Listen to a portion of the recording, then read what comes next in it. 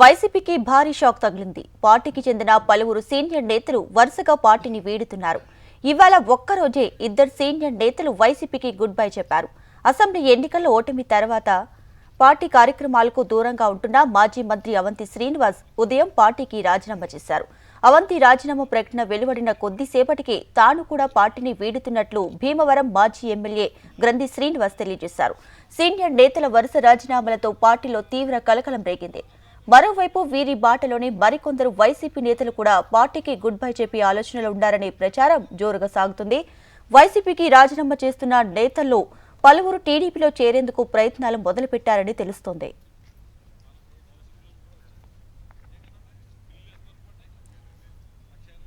Right, ఇక YCP పార్టీని ఒక్కొక్కరుగా వీడుతున్నటువంటి పరిస్థితి కనిపిస్తుంది. ఓవరాల్ గా దీనికి సంబంధించి మరింత సమాచారాన్ని మా ప్రతినిధి, మా ఏపీ కోఆర్డినేటర్ రాజేష్ లైవ్ లో అందించడానికి సిద్ధంగా ఉన్నారు. రాజేష్,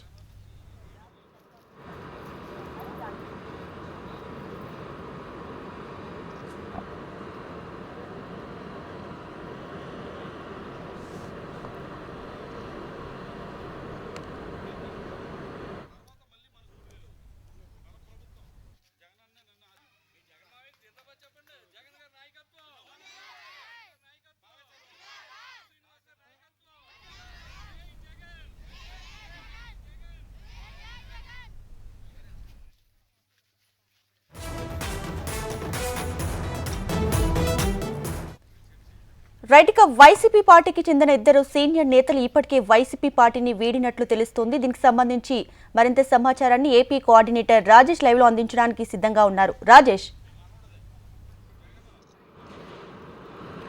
దీపిక, వైసీపీకి పెద్ద షాక్ తగిలింది. అయితే గడిచిన కొన్ని రోజులుగా చూసుకుంటే వైసీపీ ఓటమి పాలన తర్వాత వరుసగా నేతలు అయితే అప్పటిదాకా వైసీపీలో గతంలో అధికారంలో ఉన్నప్పుడు చక్రం తిప్పిన నేతలు ఎవరైతే ఉన్నారో వాళ్ళు ఒక్కరొక్కరుగా వైసీపీ నుంచి బయటకు వస్తున్నారు. అయితే ఈరోజు చూసుకుంటే మాత్రం ఈరోజు అవంతి శ్రీనివాస్, మాజీ మంత్రి అవంతి శ్రీనివాస్ కూడా వైసీపీని గుడ్ బై చెబుతూ ఈరోజు మాజీ ముఖ్యమంత్రి జగన్మోహన్ రెడ్డికి లేఖ రాశారు. ఆ లేఖ రాసిన వెంటనే కొద్ది గంటల వ్యవధిలోనే గ్రంథి శ్రీనివాస్ కూడా పార్టీకి రాజీనామా చేస్తున్నాను, పార్టీలో సభ్యత్వానికి కూడా రాజీనామా చేస్తున్నాను అనేసి ప్రకటన తెలియజేశారు. అయితే పూర్తి స్థాయిలో చూసుకుంటే గడిచిన ఐదేళ్లలో అధికారం చేతిలో ఉన్నప్పుడు మాజీ ముఖ్యమంత్రి జగన్మోహన్ రెడ్డి అప్పుడు వ్యవహార శైలియే ఈ రాజీనామాలకు కారణం అనేసి ఎవరైతే ఇప్పటివరకు రాజీనామాలు చేశారో రాజీనామాలు చేసిన ప్రతి ఒక్కరు కూడా గతంలో అధికారంలో ఉన్నప్పుడు సామాన్యులను పట్టించుకోలేదు, అదేవిధంగా కార్యకర్తలను పట్టించుకోలేదు, ఎమ్మెల్యేలను పట్టించుకోలేదు అంటూ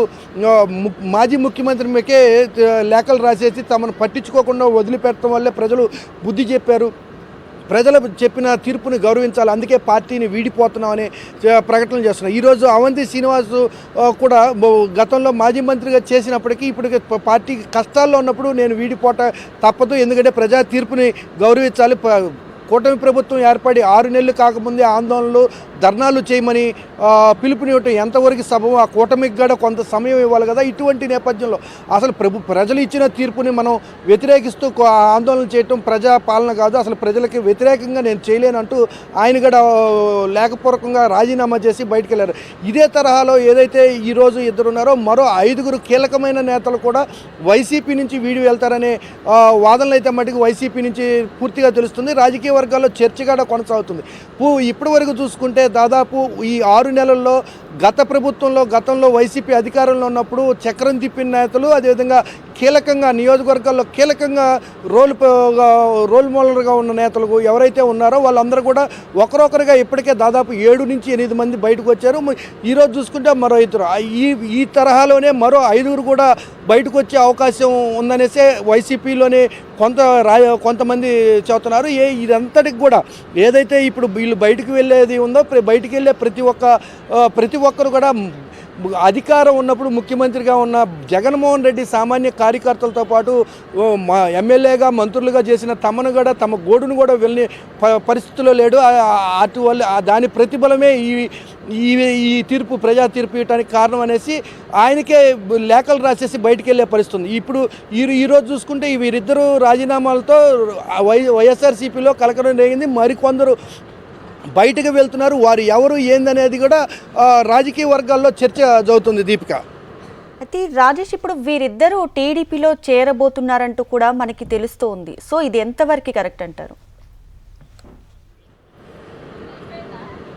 దీపిక ఇప్పటివరకు వైఎస్ఆర్సీపీ నుంచి వీడి బయటకు వచ్చిన వాళ్ళు ఖచ్చితంగా ఏదో ఒక పార్టీలో, కూటమికి సంబంధించిన 3 పార్టీల్లో ఏదో ఒక పార్టీలో అయితే మాత్రం ఖచ్చితంగా చేరి సభ్యత్వం తీసుకున్నారు. అదేవిధంగా ఈ ఇద్దరు కూడా ఖచ్చితంగా టీడీపీలో చేరే అవకాశం అయితే మటుకు ఎక్కువ ఉంది. అయితే ముందు నుంచే ప్రణాళిక పద్ధతి ప్రకారమే ఎప్పుడైతే కూటమి ప్రభుత్వం అధికారంలోకి వచ్చిందో వీరిద్దరు కూడా సైలెంట్, రాజకీయాల్లో ఎక్కడా కూడా వీళ్ళకి సంబంధించిన నియోజకవర్గాల్లో ఎక్కడా కూడా ప్రజలకు అందుబాటులో కానీ ప్రజలకు అప్పటి వరకు ఉన్న ప్రజలకు కానీ దగ్గరగా లేకుండా వారి సొంత పనులకి నిమిత్తమై ఉన్నారు. అయితే అప్పటి నుంచి కూడా ఏదైతే కూటమి ప్రభుత్వంలో కీలకంగా ఉన్న టీడీపీ పార్టీలో చేరేందుకు వాళ్ళు కసరత్తు చేసుకున్నారు. అయితే ఆ ఏర్పాట్లన్నీ పూర్తి చేసుకున్నాక టీడీపీ నుంచి గ్రీన్ సిగ్నల్ వచ్చినాకే వీళ్ళు పార్టీ పదవులకి రాజీనామా చేశారని తెలుస్తుంది. అయితే స్పష్టంగా ఇరువురు కూడా ఎక్కడా కూడా తాము పలానా పార్టీకి వెళ్తామనేసి ఇప్పటికీ స్పష్టత తెలియజేయకపోయినా మటుకి రాజకీయ వర్గాల్లో మాత్రం వీళ్ళు టీడీపీలో చేరే అవకాశం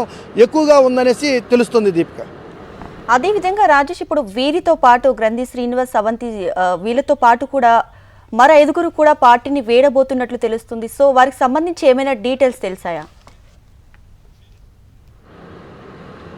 అంటే ఇప్పటివరకు పార్టీ వర్గాల్లో ఏదైతే వైసీపీ కార్యకర్తలు అదేవిధంగా వైసీపీ ప్రధాన నాయకులు ఉన్నారో వాళ్ళ అధిష్టానం దృష్టిలో, ఏదంటే జగన్మోహన్ రెడ్డి దృష్టిలో కూడా నోటీసులో కూడా మొత్తం 7గురు ఈ నెల ఆఖరి లోపల పార్టీని వీడిపోతున్నారనే ఒక స్పష్టమైన సమాచారం అయితే జగన్మోహన్ రెడ్డికి, మాజీ ముఖ్యమంత్రికి ఉన్నట్టు తెలుస్తుంది. అయితే వారి 7గురిలోనే ఈరోజు రాజీనామా చేసిన ఇరువురు అనేసి పార్టీ వర్గాల్లోనే చర్చ జరుగుతుంది. అయితే మరో 5గురు ఎవరు అంటే ఇంతవరకు పూర్తి స్థాయిలో ఎవరు బయటకు వెళ్తున్నారు, ఎవరు ఆ ప్రధాన నాయకులు అనేది ఇంకా బయటకు రానప్పటికి కూడా ఖచ్చితంగా 7గురు అయితే మాత్రం ఈ నెలాఖరు లోపల ఖచ్చితంగా పార్టీని వీడి వెళ్తారనే వాదన అయితే మటుకి వైఎస్ఆర్సీపీ రాజకీయ వర్గాల్లోనే స్పష్టంగా తెలుస్తుంది దీపిక.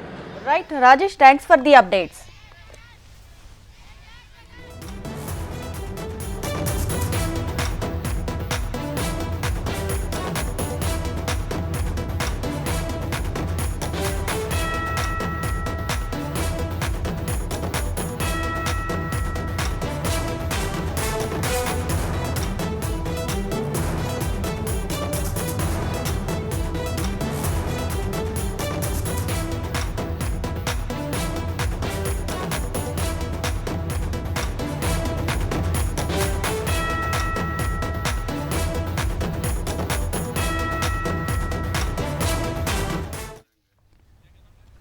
మాజీ మంత్రి అవంతి చాలా సీనియర్ నేత, రాజకీయాల్లో చాలా అనుభవం ఉన్నటువంటి నాయకుడు.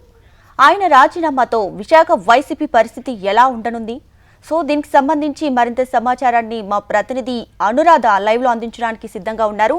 అనురాధ, వచ్చి కట్ అయిందేంటో మరి.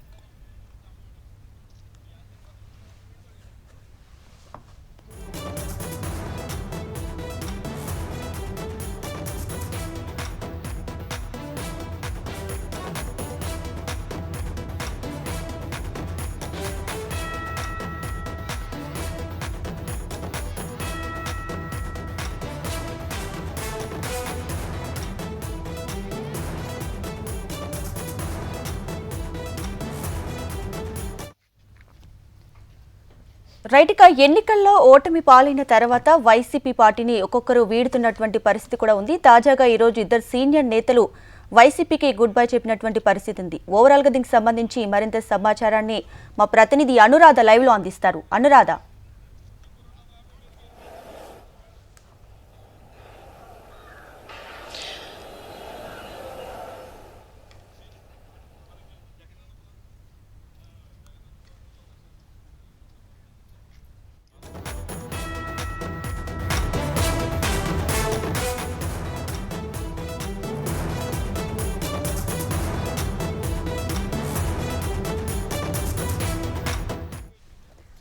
వైసీపీ పార్టీకి భారీ షాక్ తగిలింది. పార్టీకి చెందిన పలువురు సీనియర్ నేతలు వరుసగా పార్టీని వీడుతున్నటువంటి పరిస్థితి కనిపిస్తుంది. ఇవాళ ఒక్కరోజే 2 సీనియర్ నేతలు వైసీపీకి గుడ్ బై చెప్పారు. అసెంబ్లీ ఎన్నికల్లో ఓటమి తర్వాత నుంచి పార్టీ కార్యక్రమాలకు దూరంగా ఉంటున్న మాజీ మంత్రి అవంతి శ్రీనివాస్ ఇవాళ ఉదయం పార్టీకి రాజీనామా చేశారు. ఇక అవంతి రాజీనామా ప్రకటన వెలువడిన కొద్దిసేపటికే తాను కూడా పార్టీని వీడుతున్నట్లు భీమవరం మాజీ ఎమ్మెల్యే గ్రంథి శ్రీనివాస్ తెలియజేశారు. రైట్, ఇక ఈ రోజు వైసీపీ పార్టీకి ఇద్దరు సీనియర్ నేతలు గుడ్ బై చెప్పినటువంటి పరిస్థితి కనిపిస్తుంది. ఓవరాల్ గా దీనికి సంబంధించి పూర్తి సమాచారాన్ని మా ప్రతినిధి అనురాధ లైవ్ లో అందిస్తారు. అనురాధ. దీపిక, ఈరోజు మనం పొలిటికల్ సిచ్యువేషన్స్ గనక చూస్తే గనక మాజీ మంత్రి అవంతి శ్రీనివాస్ వైసీపీ పార్టీకి రాజీనామా చేస్తూ ఒక ప్రకటన విడుదల చేశారు. స్పష్టంగా ఆయన ప్రకటించారు. ఎందుకనంటే అసలు ఏదైతే ఏదైనా ఒక కొత్త ప్రభుత్వం ఏర్పడినప్పుడు కనీస సమయాన్ని ఆ ప్రభుత్వానికి ఇవ్వాలి. ప్రజాక్షేత్రంలో ప్రజలు వైసీపీ పార్టీని తిరస్కరించారు, దాన్ని మనం స్వాగతించాలి. తప్పులు ఎక్కడ జరిగాయో అవన్నీ కూడా అనాలిసిస్ చేసుకొని మళ్ళీ ప్రజల ముందుకి బలంగా వెళ్ళాలి తప్పితే కేవలం రాజకీయ దురుద్దేశాలతో టార్గెట్ చేస్తూ వాళ్ళ మీదకి అటాక్ చేసే విధానంలో వైసీపీ ప్రభుత్వం వెళ్తుంది. కాబట్టి ఆ విధానాలు నాకు నచ్చలేదు. అందుకని చెప్పి నేను పార్టీ నుంచి రాజీనామా చేసి పార్టీ నుంచి వీడుతున్నానని చెప్పి అవంతి శ్రీనివాస్ ప్రకటించడం జరిగింది. అయితే ఇన్ని రోజులుగా ఆయన గతంలో టీడీపీ నుంచి వైసీపీకి పార్టీలోకి మారారు. పార్టీలోకి మారిన తర్వాత ఆయన పోటీ చేసి మంత్రిగా కూడా పనిచేశారు. అయినప్పటికీ కూడా ఈరోజు మళ్ళీ పార్టీని వీడుతున్నారు. పార్టీ కష్టకాలంలో ఉన్నప్పుడు వీడుతున్నాను అని ఒక పక్క బాధ ఉన్నప్పటికీ కూడా పార్టీ విధానాలు తనకి ఏమాత్రం నచ్చలేదు.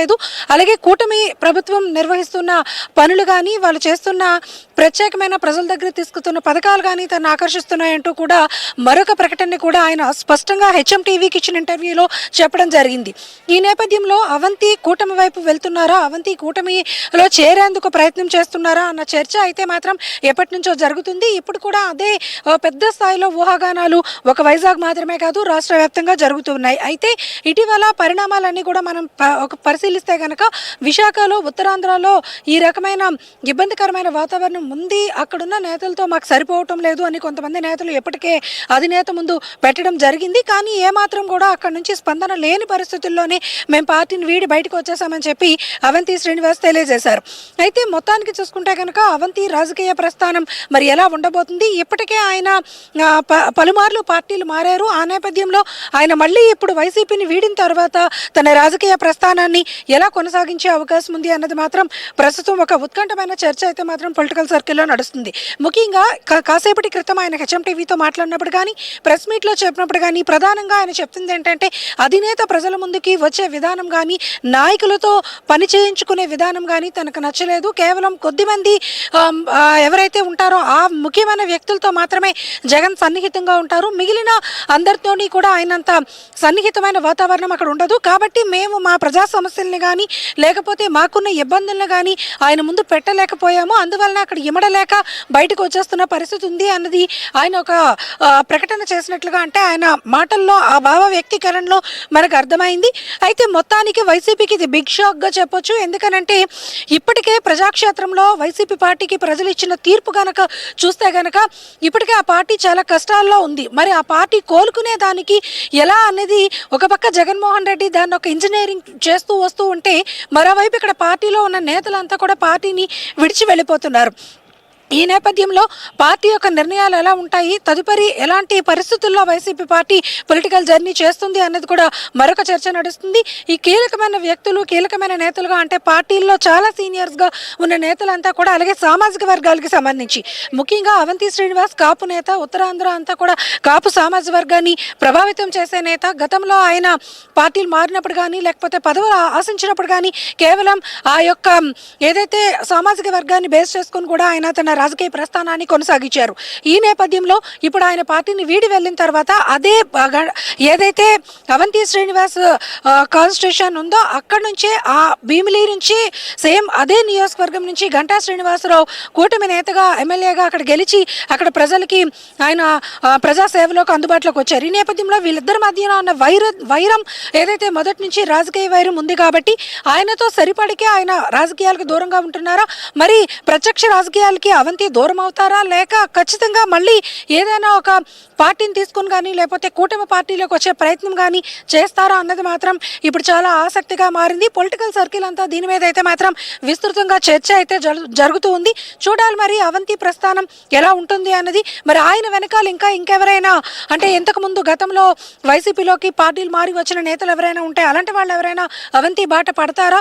ఉత్తరాంధ్రలో ఇప్పటికే అష్టకష్టాలు పడుతున్న వైసీపీ పార్టీ పరిస్థితి ఏంటి అన్నది కూడా మరోవైపు తీవ్రమైన చర్చ అయితే మాత్రం నడుస్తుంది. చూడాలి మరి ఈ పరిణామాలన్నీ కూడా ఎలాంటి రాజకీయ దుమారాన్ని లేపుతాయన్నది మాత్రం ఒక పెద్ద చర్చ అయితే మాత్రం పొలిటికల్గా జరుగుతుంది.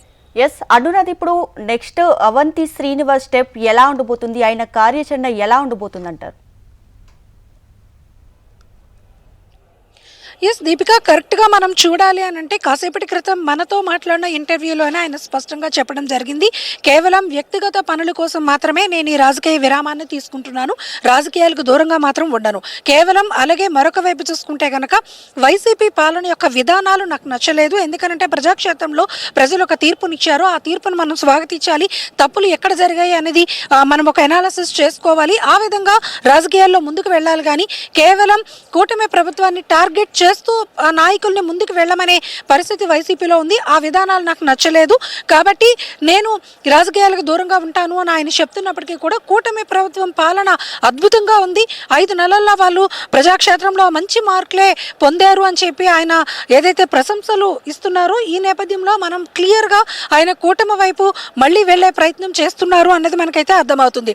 అయితే అందుకు కూటమి నేతలు సముఖంగా ఉన్నారా లేదా అక్కడ అన్నది మాత్రం ఇప్పుడు ఒక పెద్ద ప్రశ్న. ఎందుకనంటే ఆయన టీడీపీ నుంచి పార్టీ మారి వైసీపీలో చేరిన తర్వాత అక్కడున్న అధినేతలందరినీ కూడా టార్గెట్ చేస్తూ లోకేష్ని కానీ చంద్రబాబుని కానీ పవన్ కళ్యాణ్ని కానీ అందరినీ కూడా టార్గెట్ చేస్తూ చాలాసార్లు ఆయన ప్రతి విమర్శలు చేశారు. ఈ నేపథ్యంలో పార్టీ కష్టకాలంలో ఉన్నప్పుడు ఆయన పార్టీని వీడి పదవుల కోసం వైసీపీ పార్టీ చెంత చేరారు. మళ్ళీ తిరిగి పార్టీ పటిష్టతకు వచ్చిన తర్వాత మళ్ళీ ఇటువైపు చూస్తున్నారు అన్న ఒక పెద్ద ఆరోపణలు కూడా అవంతి మీద ఉన్న నేపథ్యంలో వాళ్ళు అవంతిని కూటమి వైపుకి తీసుకుంటారా లేదా, ఇప్పుడు అవసరం ఉందా లేదా అనేది కూడా ఒక పెద్ద ప్రశ్న అన్నది ఇక్కడ పొలిటికల్ సర్కిల్లో వినిపిస్తూ ఉంది. అయితే కూటమికి అంత అవసరం లేదు, అతను వస్తున్నంత మాత్రాన మేము ఇప్పుడు అతను ఆహ్వానించే పరిస్థితి లేదు అనేది కూడా ఇప్పటికే గంటా శ్రీనివాసరావుతో పాటు మరికొంతమంది నేతలు దాని మీద లీక్స్ అయితే ఇవ్వడం జరిగింది. మరి ఈ నేపథ్యంలో బీజేపీ నేతలతో కూడా అవంతి కాస్త టచ్లోకి వెళ్ళినట్లుగా మనకి తెలుస్తూ ఉంది. అయితే దాన్ని ఒక సమాచారం కీలకంగా వస్తున్నప్పటికీ కూడా బీజేపీ కూడా కూటమితో అలయన్స్ కాబట్టి మరి వాళ్ళు దాన్ని యాక్సెప్ట్ చేసే పరిస్థితి ఉందా లేదా అన్నది ప్రస్తుతం తెలియదు. ఆయన పెద్ద ఐడియల్గా ఇప్పుడు ప్రస్తుతం తన రాజకీయ ప్రస్థానం ఉంది అన్నది అవంతి ఒక డైలమాలో ఉన్నట్లుగా మనకైతే తెలుస్తూ ఉంది. మరి ఆయన రాజకీయ ప్రస్థానం ఇంటర్నల్గా ఎటువంటి చర్చలు ఇతర నేతలతో జరిపారు, ఎలా ఆయన ఈ గ్యాప్ని సర్వైవ్ చేసుకుంటారు అన్నది మాత్రం ఇప్పుడు ఒక పెద్ద చర్చ అయితే నడుస్తుంది. చూడాలి మరి అవంతి శ్రీనివాస్ మనోగతం అయితే మాత్రం కూటమి వైపుకి వెళ్లే విధంగా ఉంది అన్నది అయితే మాత్రం స్పష్టంగా తెలుస్తుంది. అక్కడ ఒకవేళ సుముఖత లేకపోతే గనక ఆయన రాజకీయ ప్రస్థానం ఎలా ఉంటుంది, ఇప్పుడు ఇది పెద్ద చర్చకు దారితీస్తుంది. Right Anuradha, thanks for the updates.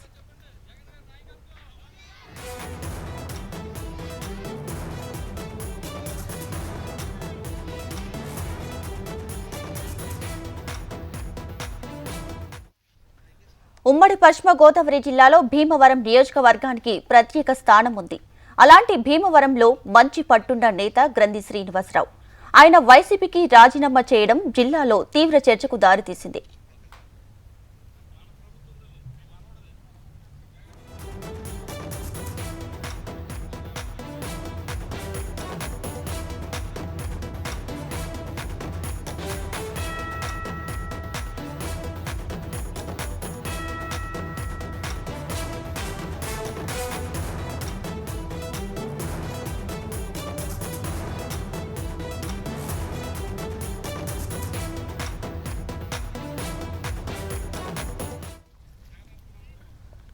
Right, ఇక అవంతి శ్రీనివాస్ తో పాటు అలాగే భీమవరం మాజీ ఎమ్మెల్యే గ్రంథి శ్రీనివాసరావు కూడా ఈరోజు వైసీపీ పార్టీకి గుడ్ బై చెప్పినటువంటి పరిస్థితి కూడా చూస్తున్నాం. సో ఓవరాల్ గా దీనికి సంబంధించి మరింత సమాచారాన్ని మా ప్రతినిధి పవన్ అందిస్తారు. పవన్. Thank you Deepika. 2019లో జనసేన అధ్యక్షుడు పవన్ కళ్యాణ్ భారీ మెజార్టీ తగ్గిన గ్రంథి శ్రీనివాస్ 2024లో కూటమి అభ్యర్థి అయిన పులపర్తి రామాంజనేయులపై ఓడిపోవడం జరిగింది. అయితే అప్పటి నుంచి కూడా వైసీపీ కార్యకలాపాలన్నిటి కూడా దూరంగా ఉంటూ వస్తున్నారు. అయితే మొన్న జరిగిన జగన్మోహన్ రెడ్డి నిర్వహించిన ప్రతి కార్యకలాపానికి కూడా ఆయన దూరంగానే ఉంటూ వస్తున్నారు. అయితే ఒక్కసారిగా ఒక 2-3 రోజుల క్రితం అయితే ఆయన టీడీపీలోకి వెళ్తారని అయితే ఒక సమాచారం అందినప్పటికీ వారు 2-3 నెలల క్రితం వెళ్తారని సమాచారం వచ్చినప్పటికీ ఆయన ఎటు వెళ్లకుండా వైసీపీ పార్టీలోనే ఉన్నారు. అయితే ఈ రోజు అనుకోకుండా వైసీపీ పార్టీకి రాజీనామా చేయడంతో ఒక్కసారిగా అయితే వైసీపీ పార్టీకి భారీ షాక్ అయితే తగిలిందని తెలుస్తుంది దీపిక. పవన్, ఇప్పుడు గ్రంథి శ్రీనివాస్ ముఖ్యంగా రాజీనామా చేయడానికి గల ప్రధాన కారణాలు ఏమై ఉండొచ్చు అంటారు? గ్రంథి శ్రీనివాస్ ప్రధానంగా రాజీనామా చేయడానికి కారణం గ్రంథి శ్రీనివాస్ పార్టీ కార్యకలాపాల్లో ఎంత చురుగ్గా ఉన్నా 2019లో అంత భారీ మెజార్టీతో నగ్గినా కూడా ఇప్పటికీ 2024లో ఓడిపోయినప్పటి నుంచి ఇప్పటి వరకు కూడా వైసీపీ పార్టీలో ఆయనకి ప్రాధాన్యత ఇవ్వకపోవడం వల్లే ఈ పరిణామం సంక్రమించిందని చెప్పి కార్యకర్తల్లో అయితే ఒక సమాచారం ఉంది దీపిక. అలానే నెక్స్ట్ ఇప్పుడు గ్రంథి శ్రీనివాస్ అయితే ఏ పార్టీలో చేరబోతున్నట్లు తెలుస్తోంది?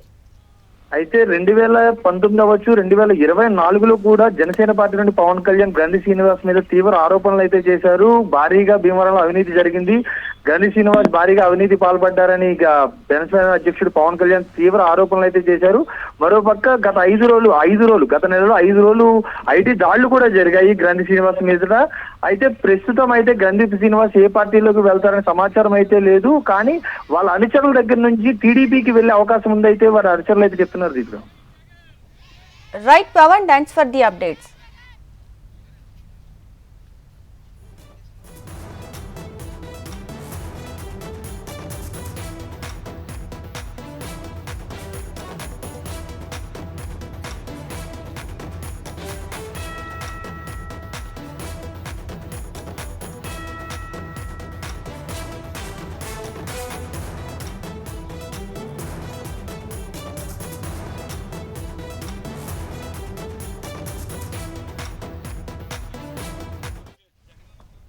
Yes, BRS working president KTR మీడియాతో మాట్లాడుతున్నారు. లైవ్ లో చూద్దాం. గుండెపోటు వచ్చిందని చెప్తే బేడీలు వేసి పట్టుకోమా ఇంత అన్యాయంగా, ఇంత అమానవీయంగా, ఇంత సంస్కారహీనంగా, ఇంత చండాలమైన ప్రవర్తన ఈ ప్రభుత్వానికి ఉంది. స్ట్రెచర్ మీద తీసుకురావాల్సిన మనిషిని, అంబులెన్స్లో తీసుకురావాల్సిన మనిషిని ఇవాళ ఒక పోలీస్ బండ్లో తీసుకురావడమే కాకుండా ఇంకా నికృష్టంగా ఈ రకమైన ప్రవర్తన ఏదైతే వీళ్ళు చేస్తా ఉన్నారో ఇది క్షమార్హం కానే కాదు. నేను గౌరవ హైకోర్టు ప్రధాన న్యాయమూర్తిని కోరుతా ఉన్నా, రాష్ట్ర గవర్నర్ గారిని కోరుతా ఉన్నా, కాంగ్రెస్ పార్టీ అధినాయకుడు, పార్లమెంట్లో ప్రతిపక్ష నాయకుడు రాహుల్ గాంధీని కోరుతా ఉన్నా, డిమాండ్ చేస్తా ఉన్నా. రాహుల్ గాంధీ గారు, మీకు కనీసంగా మానవత్వం అనేది ఉంటే, మీకు కనీసం గుండె ఉంటే, హృదయం అనేది ఉంటే వెంటనే ప్రభుత్వానికి ఆదేశం ఇవ్వండి, మీ ముఖ్యమంత్రిని మందలించండి. ఆయనేమో జైపూర్లో విందులు వినోదాల్లో అక్కడ హ్యాపీగా ఉన్నాడు, విందులు వినోదాలు చేసుకుంటూ జల్సాలు చేస్తున్నాడు మీ ముఖ్యమంత్రి. ఇక్కడేమో కేవలం తమ భూమి ప్రభుత్వం డిమాండ్ చేసిన విధంగా మేము ఇయ్యము అని చెప్పిన పాపానికి గిరిజన రైతులు జైళ్లలో ఉన్నారు, ఈ రకంగా చచ్చిపోయే పరిస్థితిలో ఉన్నారు. ఇది మంచిదా? రాహుల్ గాంధీ చెప్పాలని కోరుతా ఉన్నా. నీకు నిజంగానే హృదయం ఉంటే వెంటనే నీ ముఖ్యమంత్రికి ఫోన్ చేయి, చెప్పు, ముందు కేసులు వాపసు తీసుకో, వాళ్ళని వెంటనే జైల్లోకి వెళ్ళి ఇడిచిపెట్టు, వాళ్ళ ఇంటికి పోని, వాళ్ళ కుటుంబ సభ్యులను, వాళ్ళ ఆరోగ్య పరిస్థితి ఎట్లాగో మీ ప్రభుత్వం పట్టించుకోదు, అవసరమైతే మేం చూసుకుంటాం, ప్రైవేట్ ఆసుపత్రుల్లో పెట్టి వాళ్ళకి మంచి వైద్యం చేయించి వాళ్ళ ప్రాణాలు కాపాడుకునే ప్రయత్నం చేస్తాం.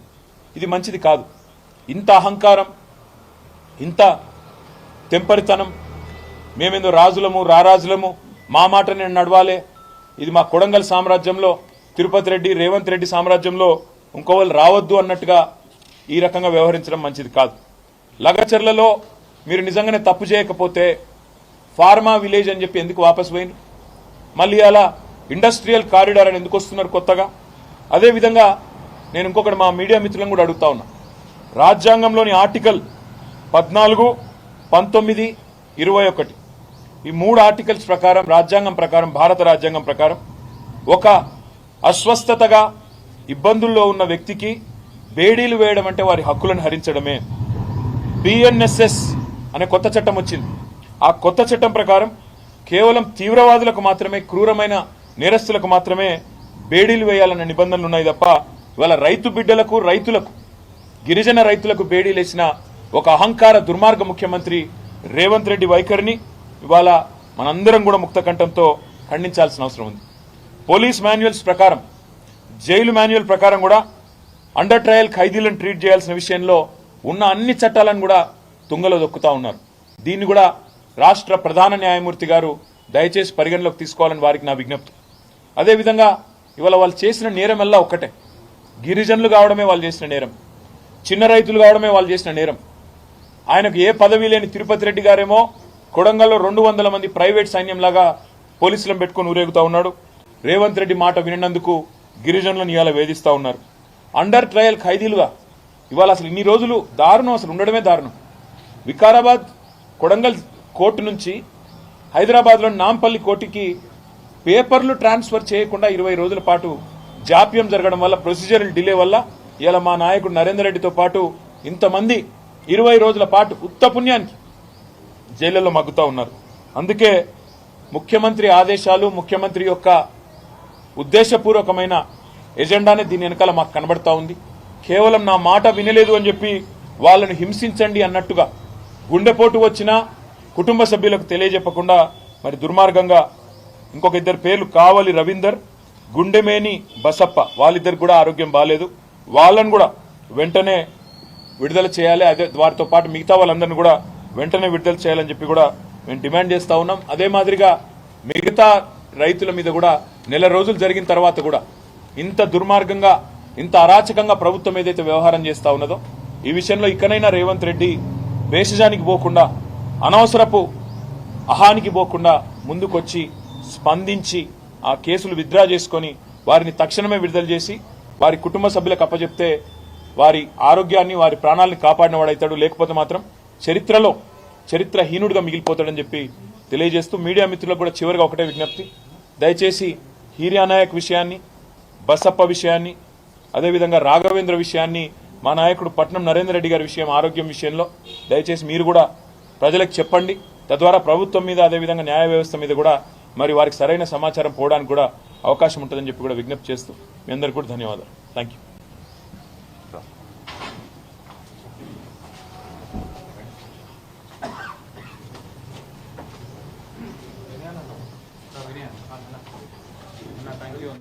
వాళ్ళకు తెలియనీయకుండా ఈ సమాచారాన్ని గోప్యంగా ఉంచాలనుకునే దారుణమైన విషయం.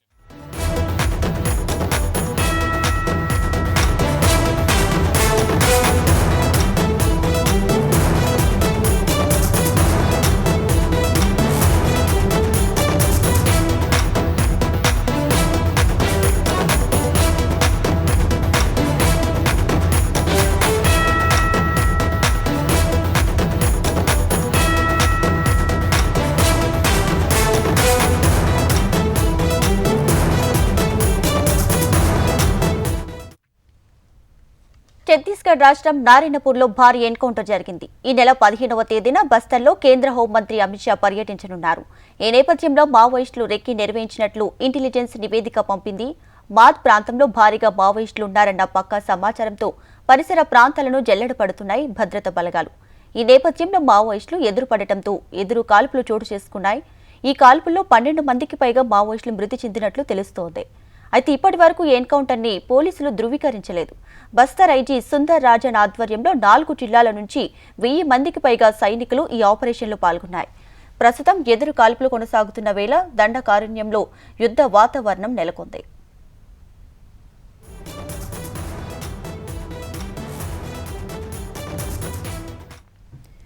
ఛత్తీస్గఢ్ రాష్ట్రం నారాయణపూర్లో భారీ ఎన్కౌంటర్ జరిగింది. ఈ నెల 15వ తేదీన బస్తర్లో కేంద్ర హోంమంత్రి అమిత్ షా పర్యటించబోతున్నారు. ఈ నేపథ్యంలో మావోయిస్టులు రెక్కి నిర్వహించినట్లు ఇంటెలిజెన్స్ నివేదిక పంపింది. మాద్ ప్రాంతంలో భారీగా మావోయిస్టులు ఉన్నారన్న పక్కా సమాచారంతో పరిసర ప్రాంతాలను జల్లెడపడుతున్నాయి భద్రతా బలగాలు. అటు మావోయిస్టులు ఎదురుపడటంతో ఎదురు కాల్పులు చోటు చేసుకున్నాయి. ఈ కాల్పుల్లో 12 మందికి పైగా మావోయిస్టులు మృతి చెందినట్లు తెలుస్తోంది. అయితే ఇప్పటి వరకు ఎన్కౌంటర్ను పోలీసులు ధృవీకరించలేదు. బస్తర్ ఐజీ సుందర్ రాజన్ ఆధ్వర్యంలో 4 జిల్లాల నుంచి 1000 మందికి పైగా సైనికులు ఈ ఆపరేషన్లో పాల్గొన్నారు. ప్రస్తుతం ఎదురు కాల్పులు కొనసాగుతున్న వేళ దండకారణ్యంలో యుద్ధ వాతావరణం నెలకొంది. ఇవి అప్డేట్స్ చూస్తూనే ఉండండి హెచ్ఎం టీవీ. వార్త ఆగదు, నిజం దాగదు.